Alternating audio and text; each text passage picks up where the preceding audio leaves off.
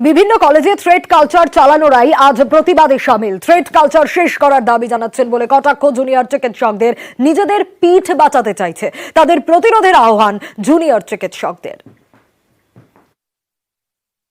প্রত্যেকটি কলেজে বছরের পর বছর এই ভয়ের বাতাবরণকে গড়ে তুলতে সক্রিয় ভূমিকা রেখেছে। তারাও রাতারাতি ভোল বদল করে হাস্যকরভাবে মিছিলে নামছেন বিচারের দাবিতে। যে মুষ্টিমেয় মানুষগুলোর নাম বারংবার উঠে আসছে এই থ্রেড কালচারের চালানোর শিরোনামে, আজ তারাই দেখি ঘোষণা করছে থ্রেড কালচার নিপাত যাক।